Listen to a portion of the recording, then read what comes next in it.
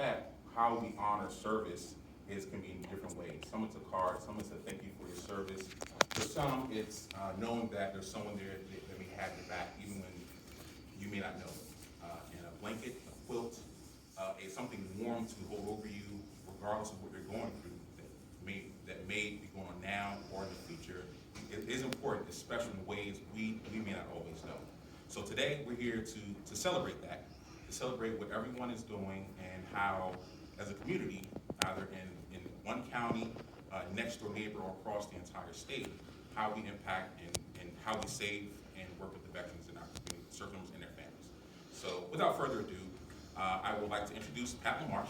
She is the organizer one of the organizers for the event, and just glad to have her.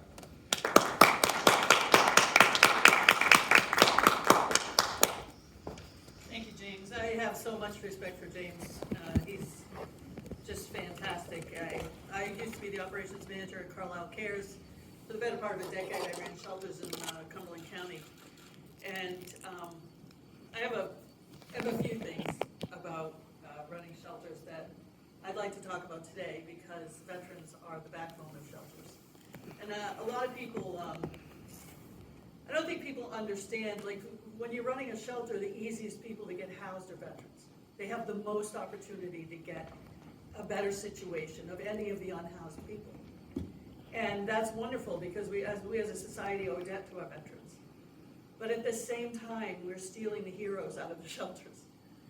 It was amazing to me that every time someone presented that was a veteran, even if they were other than honorably discharged, which the rules changed while I was working in shelters. It used to be if you were other than honorably discharged, you couldn't get any help at all.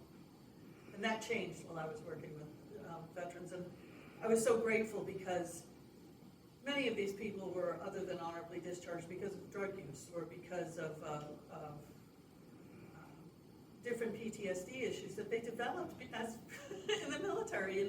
And so that change was so vital. But even other than honorably discharged veterans were more capable of being in the homeless situation than the average mom who just got burned out of her house. And a mom who just got burned out of her house or presented with 2 kids, there was always a veteran in the shelter that gave up his food for her, that helped her, that carried her things. He or she was just better equipped to deal with the tragedy upon the whole group. And so when I saw, it was so easy to get veterans out, comparably speaking. It still takes months. I mean, it's not easy, but it's not a year and a half the way it is for the average homeless individual. So a couple of years ago, I was approached by a comic book artist, and he said, and I brought some of the comics with me to give to you folks. He said, I want to make a comic book. He does zombies usually. If you're a zombie fan, you'll recognize it. But he said, I want to draw a comic book, and I want the superhero to be a person experiencing homelessness. And would you write it for me? Because I write books about homelessness. And I was a journalist for decades. And I said, I'll write it for you if I can make him a veteran. I want my superhero to be a veteran. So the book is invisible, and the superhero is a veteran, because that's how much I admire veterans in the streets and all the work that all of you do to help them get what they deserve, which is what's the basic need, housing, right? So I'm really, really grateful to be here. I'm so absolutely thrilled that we will have this representation on the West Lawn of the U.S. Capitol. A reporter in Washington, D.C. wrote, "We are putting the blankets down in front of the most powerful building in the world." The most powerful building in the world. And we want them to see these blankets. These are front and center and going to be seen. I also brought, the Charles Bruce Foundation is basically an arts organization, which is why we decided when we were going to tackle the raising homeless awareness, which has always been my shtick, we would do it with an art installation. So we also produce a coloring book every year that's free to anybody who likes to color, mostly children. And this year, our Wham the Spaceman is our mascot, and he's putting the blankets down in front of which we'll be doing in 8 days, with some help, which I'm really excited about. Anyone who wants to go to DC, we have a bus. We have a couple of seats left on the bus. The bus is free unless you count hard work. Because when you go down there with us, we're gonna put you to work, putting the blankets out on the lawn, and then you can go run around to the museums and stuff. And then pick them up. But I just And want then to. pick them up at the end. Oh, yeah, and pick them up at the end, yeah. I want to acknowledge Reverend Matthew Best. When I came up with this lunatic idea last year, he was my first phone call. I said, I want to put as many blankets as we can in the town square in Carlisle. And he didn't tell me I was a lunatic, which makes him a lunatic. Also, Chris Kapp, who a lot of you know because of the continuum of care here, but she's also a board member of the Charles Bruce Foundation. So we have several board members that are also in the homeless business. 'Cause let's face it, if I know you, either you're in the business or you experience homelessness. I don't know anybody else. So I'm thrilled. I just think this is going to be such an amazing. These ones are going to be so huge. Those are. I think we'll probably have to try and keep them all together. We're bringing them back to you anyway, so that you can have them to distribute, because we absolutely want veterans to get these, and you folks will be making that distribution, which I'm very grateful for, because I want to honor that veterans get these, and not having to do that myself is much easier. I just don't have the connections anymore. We are going to take one though, before we leave. Charles Bruce is my husband's dad. That's the Charles Bruce Foundation. He was a military man, post-World War II, Austria. He adopted a little boy. And his little boy liked to draw pictures and sing songs. And instead of Charles Bruce, who was a lieutenant colonel, getting mad at his son for liking the color, he bought him crayons. And he is in Indiantown Gap. And we're going to take a blanket over, and we're going to put it there and get a picture of what you've done for my husband's father. I think it's stress. 8 days and counting, but I'm just so grateful. So thank you very much. And I guess, am I introducing Quilts of Valor? Is that my job? Okay. And now who's speaking for Quilts of Valor? All right, come on up here.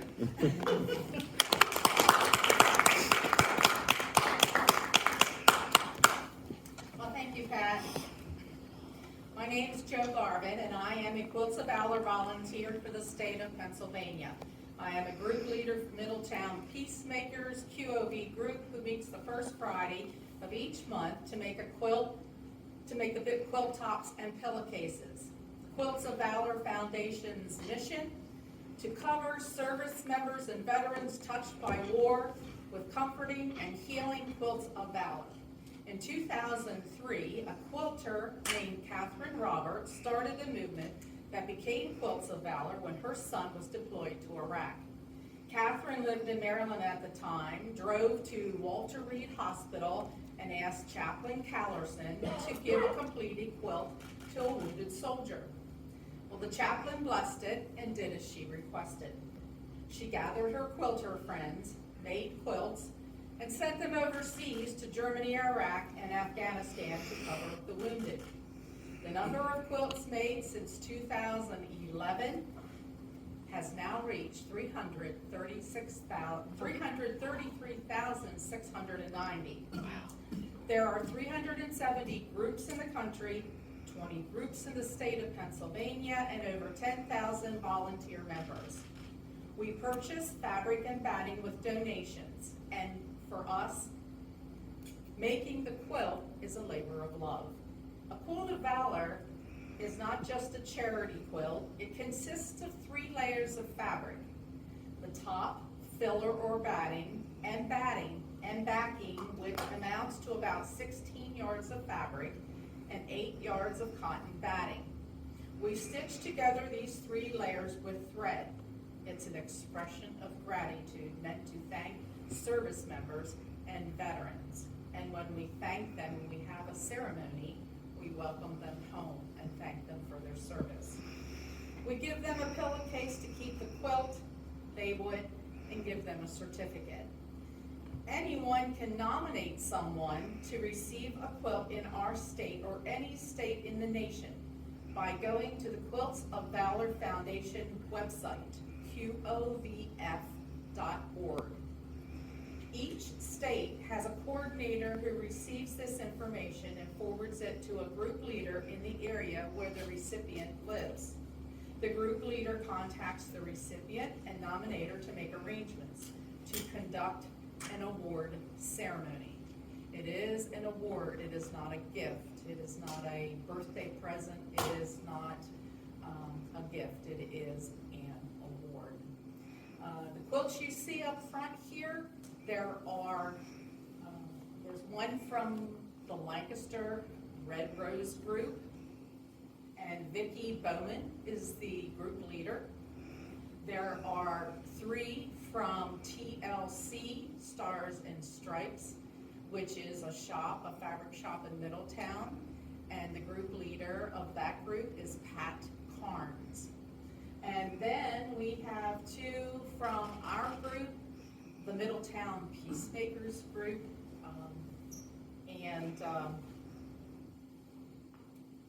we started out giving quilts out in 8 counties. I started making quilts in 2007. I started awarding quilts in 2017, and since then I've been able to get enough volunteers that I don't have to do 8 counties anymore. But we do, and my husband backs me up. He's my support. He takes pictures for the Peacemakers, the Guild's newsletter, because the ladies like to know where their quilts are going.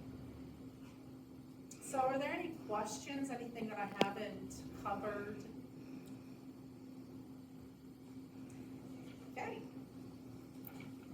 Do you take fabric donations? Yes, we do. Red, white, and blue in particular. See me after. Yes, oh, wonderful. Okay, thank you very much.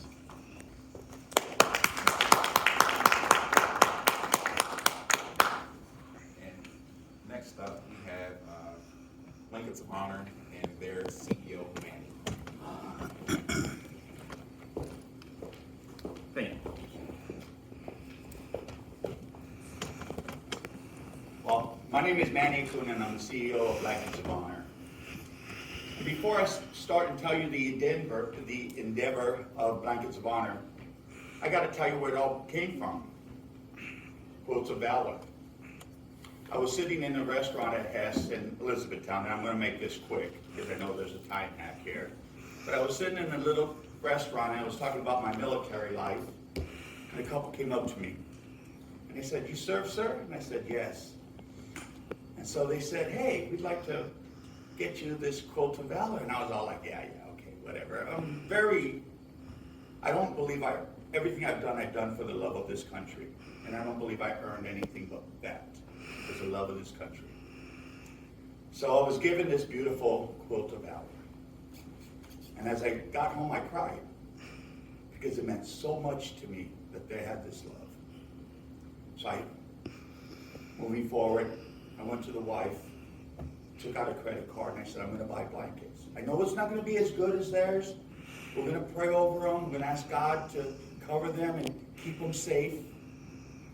But I'm going to try to get to the ones that they can't get to, honey." I said, there has to be people out there that these veterans need that love. So we bought the blankets.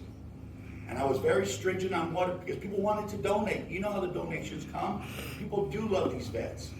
But I wanted to make it like my service days, a certain way. I wanted to be different from them, but I wanted their level of love.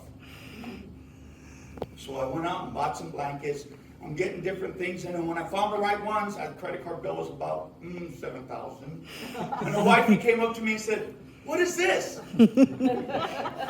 So I told her my plan. And she goes, "Like your husband, honey, if it's for the veterans, we'll make it work." So we bought blankets of a queen size. I did my research. If you go back in any type of military battle, anytime they came back from the battle lines, their comfort zone was a canteen cup, a cigarette, and an old wool blanket. And if you've been in the military, you know how itchy that was. But that was a comfort zone. So I wanted to reenact that comfort zone as they reenacted this comfort zone. So we bought these blankets in a queen size, heavy blanket with military branches on them. These ones you see right here are for auxiliary, or for our supporters, because we just not wanted to go for our veterans, because people like the quotes of valor, the ones that are making them, the ones that say, hey, I just want to put my hand up and back a veteran. I didn't serve, but my friends served. We wanted to honor them too. And we wanted to honor our gold stars who made that ultimate sacrifice. So we bought blankets for every one of those. And what we did is we wrote a speech that came from my heart, bringing home a soldier of my own. So we started Blankets of Honor. Blankets of Honor is a nonprofit 501c3. It's very easy, like she said, you can go to their website, you can go to blanketsofhonor.org. We're also on Facebook, and what you do, that's no cost to you. Only your generosity. First thing I ask for is your prayers, because God does wonders. And secondly, I ask for anything you can do, whether it's $1 or $100, because everything is for the love of our veterans. And when you want to put love for one of your veterans, it's a simple form. I say this, even a Marine with a crayon can fill one out. And I am a former Marine. I want to end it like this. No matter what blanket they get, what you do for these veterans is a mission of love. And like God always says, love everybody as I have loved you. So you must go out there and love everybody. And that's what Quotes of Valor and Blankets of Honor is going to do for you every time you need it. So as a CEO, as my CFO, my CMO Dave, who's out there someplace, and Stacy, and Jared, who is our camera guy who couldn't make it, we will always have you covered at Blankets of Honor. Thank you.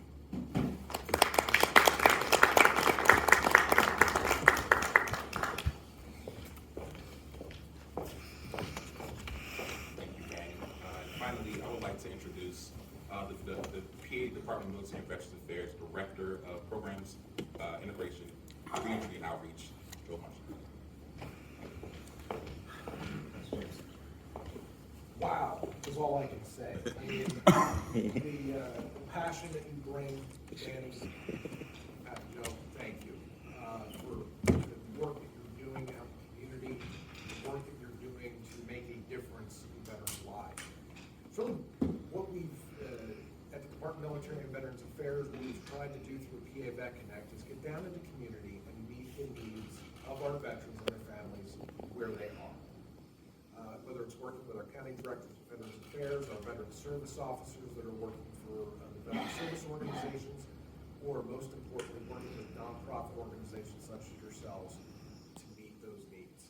It was an honor to get the call on Friday from James saying, hey, could you come over and say a few words and meet with these folks, and during this holiday season, I gotta tell you, you made my day, you made my Tuesday. The passion, the engagement, the level of how each of you are caring for our veterans community is palpable in this room. So on behalf of General Schindler and General Maureen Weigel, my two bosses, the Adjutant General and the Deputy Adjutant General for Veterans Affairs, thank you for the work that you're doing in community. We greatly appreciate the efforts of Lebanon County Coalition for Homelessness and the work that's being done there. And again, for the work that Quotes of Valor and Blankets of Honor are doing in each of these spaces. So thank you, have a great holiday season, and James, way to go. James, thank you. Come on, James. Thank you, James.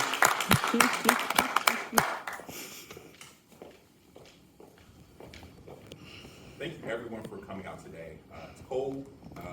There are plenty of things to do on a Tuesday morning. I can't see anything better than this.